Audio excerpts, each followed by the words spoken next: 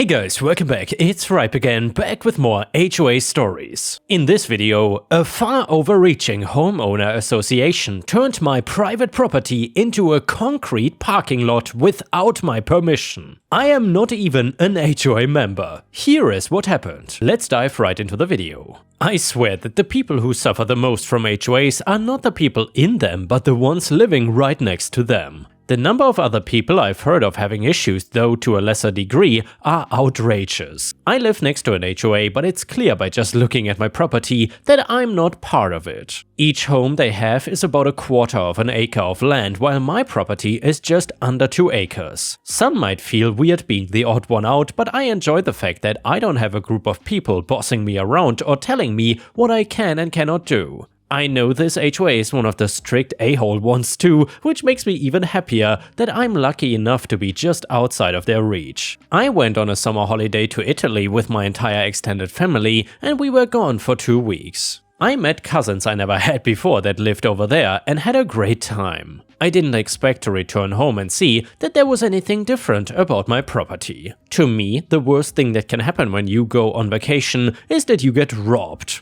Well, almost my entire backyard had been converted into a parking lot with my back fence nowhere to be seen. Honestly, I was not using the land for much, but I enjoyed all the trees and nature that it provided. I've always liked that lyric in the song, "They paved paradise and put up a parking lot, but I did not think it was going to happen in my own backyard." Dozens of cars were parked, and when I looked I could see signs flat out saying things like HOA residential parking only. They did not even hide that they did it. I was furious with them and went right over to demand that they tell me what the hell they were thinking when they came up with this ridiculous plan. I could not play nice or pretend to be polite after coming home to see what happened. HOA, we needed more room for the cars to park. Not everybody has a driveway and street parking can be very hard and dangerous. That land was the perfect spot for it. Me, it's not your land to use. I didn't agree to rent it out to you. HOA, since you brought up the topic of money, we have a bill here for you. $5,000 assessment fee for the improvements we made to the land. Plus, you need to start paying your HOA dues, as we cannot ignore it any longer. Me, if you think I'm giving you a single penny, then you are out of your mind. I am not in your HOA and I would die before I was forced into it. As for the bill, I don't have to tell you where you can shove it, right? I left even angrier that they were trying to make me pay for them destroying my land. I got more fines in the mail claiming that I was non-compliant, and including the previous bill they tried to give me, it was over 10 grand. They even threatened to take me to court and sell my property in order to get their money. I got a lawyer of my own and was able to go to town hall and request to see the HOA borders. It proved that I was not within their HOA boundaries, and even if for some reason joining them was my dream, I would not even be able to. My lawyer then sent a cease and desist letter with the proof that I was not part of the HOA. They ignored it and more fines kept coming to my doorstep. I also could not stop the many cars from parking on my property. Instead of starting 30 fights every single day, I just set up a camera and tried putting up private property signs that the HOA took down though. 24 hours a day cars were coming and going and I couldn't do a thing about it. I finally hit the threshold point of them ignoring my lawyer letters long enough that I was able to sue the HOA for trespassing, property damage, loss of land use, and mental anguish. The last one being the stress of random people being on my property all day and even at night when I was sleeping. It was unnerving to say the least. We were suing them for $250,000 in damages. To remove and dig up all the concrete, replace the grass and trees that were destroyed, and of course for punitive damages too. I had all the evidence I needed and both of our sides knew that the HOA did not have any legal excuse for what they had done. They just did it and hoped that I somehow wouldn't do anything about it. They tried to counteroffer giving me $5,000 only, but the lot would stay. They were deluded if they thought that offer was in any way, shape or form fair. It was an insult to be offered so little, and I said no way and took things to be in front of a judge. The judge was pissed at the HOA and didn't want to even let them get a word in to say one of their stupid lies or even more excuses. In the end, I was awarded the full amount despite their moaning, plus they had to pay for my legal fees. They would also be in charge of removing the parking lot and restoring the land back to its former state. A lot of HOAs now do have insurance, so I was worried they were not actually going to feel any negative repercussions for what they had done to me, but their insurance was refusing to pay since what they had done was illegal. They were stuck paying me out of pocket and being broke, with the rest of the HOA community not being happy about it. They knew less money meant the HOA overstepping its boundaries more to give them fines for every little thing.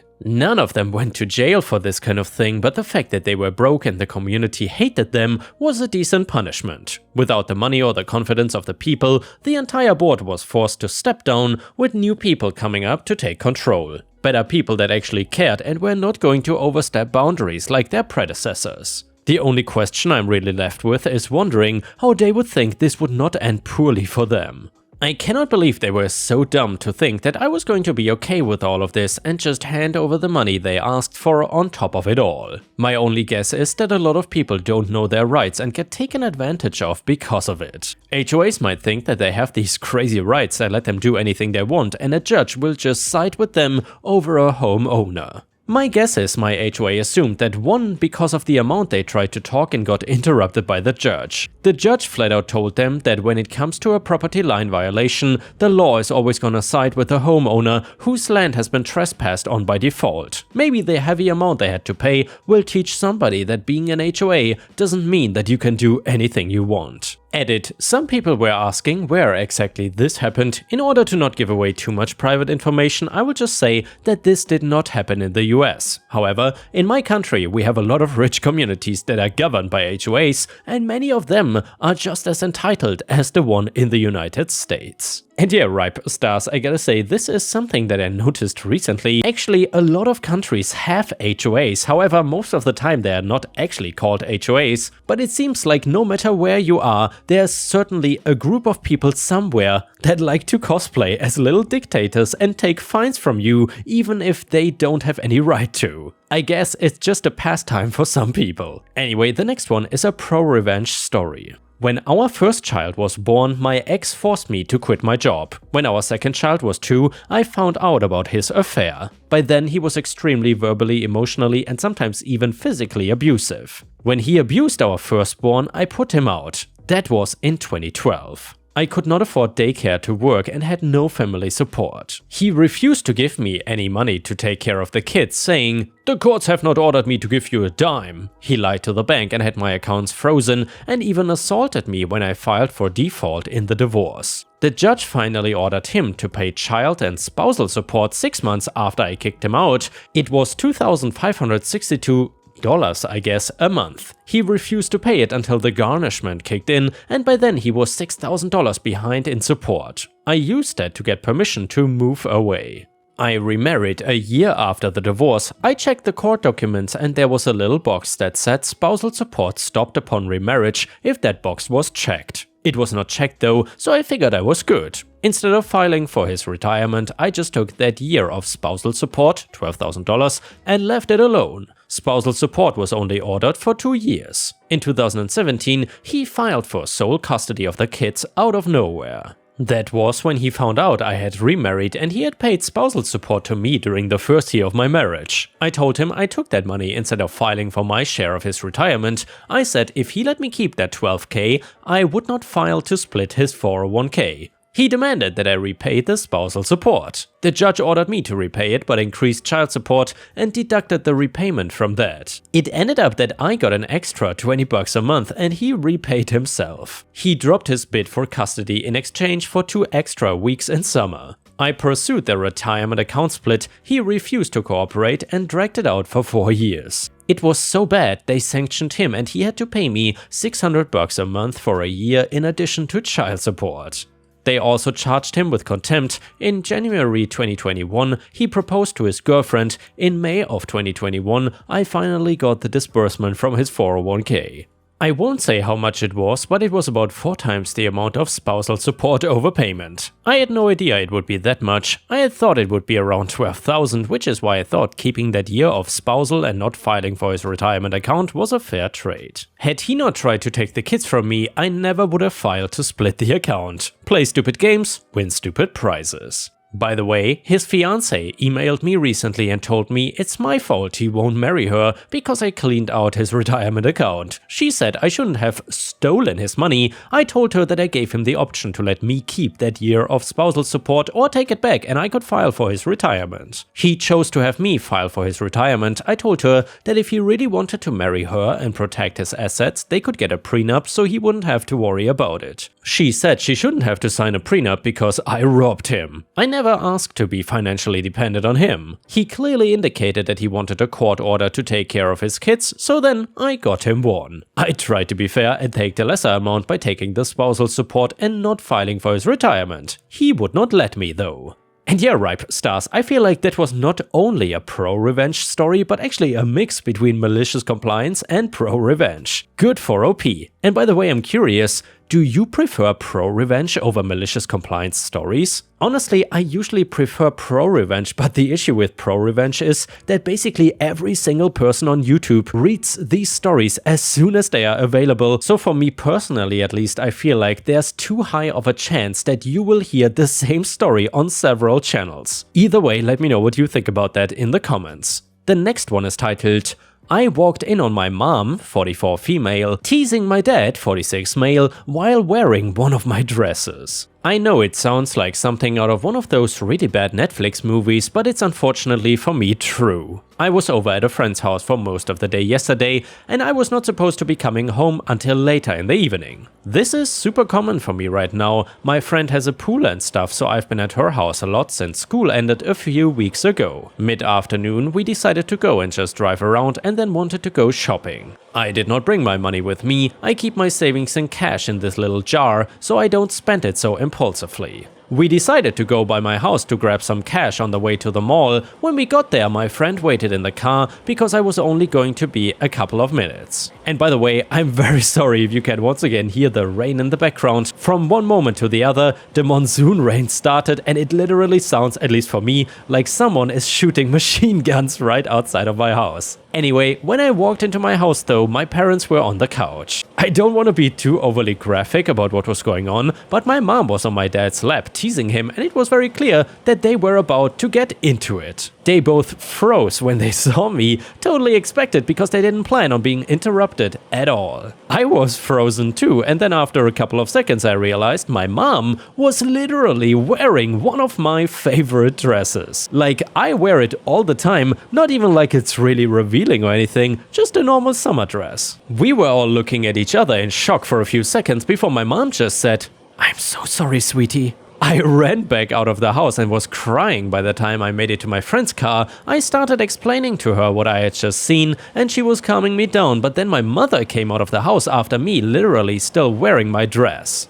I told my friend to drive away before she got to the car and we went back to her house. We did not give her parents any details about what happened, just that I had some family drama. And I've been friends with her since way back, so they told me I can sleep at their house for a couple of days until I figure things out. I barely slept last night at all. Every time I close my eyes, it's like I see it in my head. My mom's called me a bunch of times, but I only texted her back to let her know where I am and told her that I need time before I'm ready to talk to them. She replied again apologizing and wants me to come home today to talk to them. I don't think I can do that yet. Even typing this out, I've started shaking with nerves about it. What do I do now? I've never felt unsafe in my house before at all, but I also don't know if I'm comfortable being around my parents now that I know that they are literally pretending that she is me. I am so grossed out and I think I want to burn every piece of clothing I've ever owned. And yeah, Ripe Stars, let me know what you think about this in the comments. I'm not even sure if this is really an Am I the A-hole post. I think it was posted on r/entitledpeople, but I feel like it belongs somewhere else.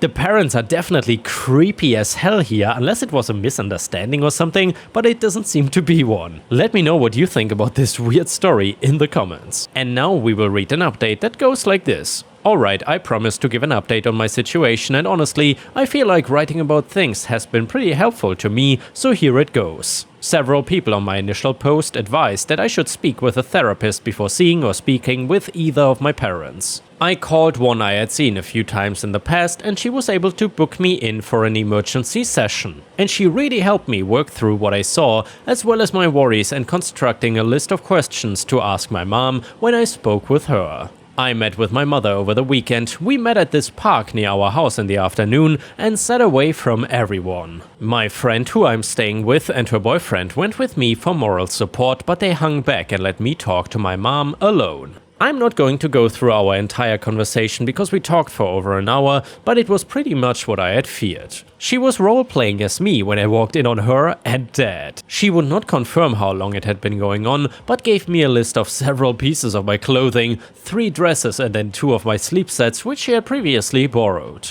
She claims they were all cleaned thoroughly before returning them, and I have no reason to believe she wouldn't have cleaned them, but I'm never going to wear any of those things again regardless. It was probably stupid of me, but I asked which one of them came up with the idea for her to roleplay as me. According to her, it was her own idea. I still really don't feel comfortable seeing or talking to my dad, and he has not reached out since I walked in on them either, so I guess he is not comfortable talking to me about it either. My dad was at work when I spoke with her, and I made sure of that because I wanted to be able to go by the house and get a few more of my things. She let me go there alone with my friends and get the things I needed before going back to her place. I'm still working on where I go from here. I ended up having to fully explain the situation to my friends' parents. They were both extremely understanding and are willing to let me rent their spare bedroom for a few months while I figure something else out. So yeah, that's pretty much all that's happened. I doubt I will update beyond this, but I'm sincerely thankful to everybody who reached out and tried to help me. And yeah, Ripe Stars, honestly, I would not be mad at OP if she went no contact with her parents after this. I'm not even really sure how you progressed a relationship after this. This is honestly kind of a deal breaker and definitely not normal. Either way, let me know what you think about it in the comments. And the next one is titled Delicious Malicious Compliance. Me and my girlfriend have recently moved into this new apartment complex that is definitely way too overpriced compared to what you get. Also, to find out that it is not soundproof at all. I live on the 2nd floor and on the 1st floor is the motorbike garage. Living in Vietnam, so everyone rides motorbikes here. It's definitely way too loud. You can hear guesses, other tenants coming in and out of the house like the doors and walls are not even there. To top it all off, there is a jail cell-like gate at the front door. Every time someone in the complex comes in or out of the house, it sounds like a nightmare. Especially at 1 to 2 AM. It's like having someone smash 2 heavy metal objects together next to your ears. Not to mention loud bikes. Other issues were like no internet for 2 weeks after we moved in, electric outlets not working, etc. The compliance. Anyways, after 2 months of this we had enough and decided to move out. The owner was not happy, but she cannot do anything because we only signed a 2-month contract, normally 3, but gut feeling told me to sign 2 only. I paid a bit more, but F it. She kept trying to get us to show the apartment to new tenants because we work from home. At first we thought what a hassle, and then it hit us that we should be warning these people of how crappy it is living here. So for the next 2 weeks, every tenant coming to see the apartment, we explained to them exactly how bad it was if no one else from the apartment complex's side came along. If there was someone coming, we would be trying to give signs of some sort, such as shaking our heads or signing no with our mouth behind the owner's back and so on. Most of the new tenants understood the signs straight away and walked away with a happy face. The most satisfying part was when couples with newborn babies came to see the apartment, or young single moms. Hell, I sleep easy, but with the gate situation downstairs, the babies and their moms would definitely have a bad time here. It was just so satisfying to let them know that how much of a nightmare and overpriced this apartment is, and that they are better off at other places. It made our day much better, knowing we did something good. The next one is titled Dumb Company. I have been waiting about 2 months for this fallout in all its glory. I knew my boss would try to make me the fall guy, but I think I employed CYA well in this instance. A little backstory. I work as an office engineer at a mid-sized prefabricated concrete structures plant. About 3 months ago, our plant manager left spontaneously for a much higher paying gig down south. Due to this, his responsibilities were distributed to whoever had capacity. I was put in charge of purchasing with the caveat that any purchase order, PO, over $5,000 had to be reviewed by that project's project manager. This was due to a mistake, due in part to my inexperience and in part my overconfidence, I made on an order which only cost us a couple grand, but delayed a project. Also, due to lower labor costs and the size of our own steel shop, we have most of our large steel structures fabricated just across the border in Canada.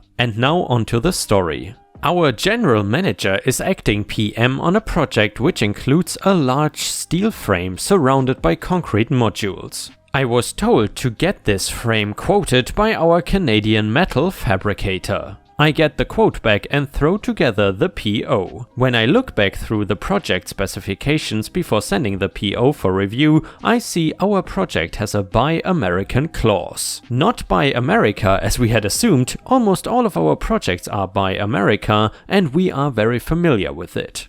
This little N makes all the difference. Under Buy America, a Canadian fabricator can use American steel and meet every requirement. However, under Buy American, all steel must be domestic and all fabrication must be done in the US. My GM was out of town on what was essentially a vacation to a project site we have in Hawaii, and was having none of my calls and email marked as urgent. I informed him in a couple emails and multiple voicemails that we had to go to a different fabricator or the product would be rejected.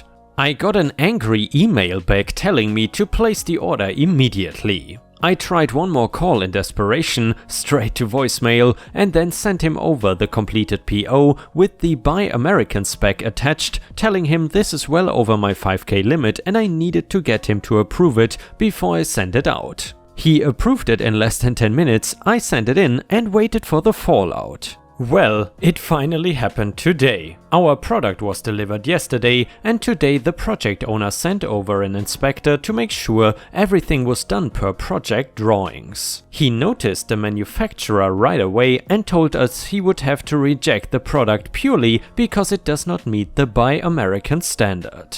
In less than 20 minutes I was getting an earful from my GM asking me why this was not caught before we wasted over 60 grand on something that would clearly be rejected. I let him finish his rant, insulting my intelligence, threatening firing me, breaking protocol, the works. I asked him to pull up my emails from the order date and showed him that he was informed of the issue and my concerns were ignored. He did not take this well and told me to get the hell out of his office. Oops. Now there is nothing left but to wait. Our project will be delayed at least a month and the owner of our company is getting involved. I have the emails saved on a jump drive at home and the phone logs while not recording the conversations show that I left multiple voicemails on the same date, which cannot be touched by the GM. Still a bit nervous, but I think I covered myself pretty well.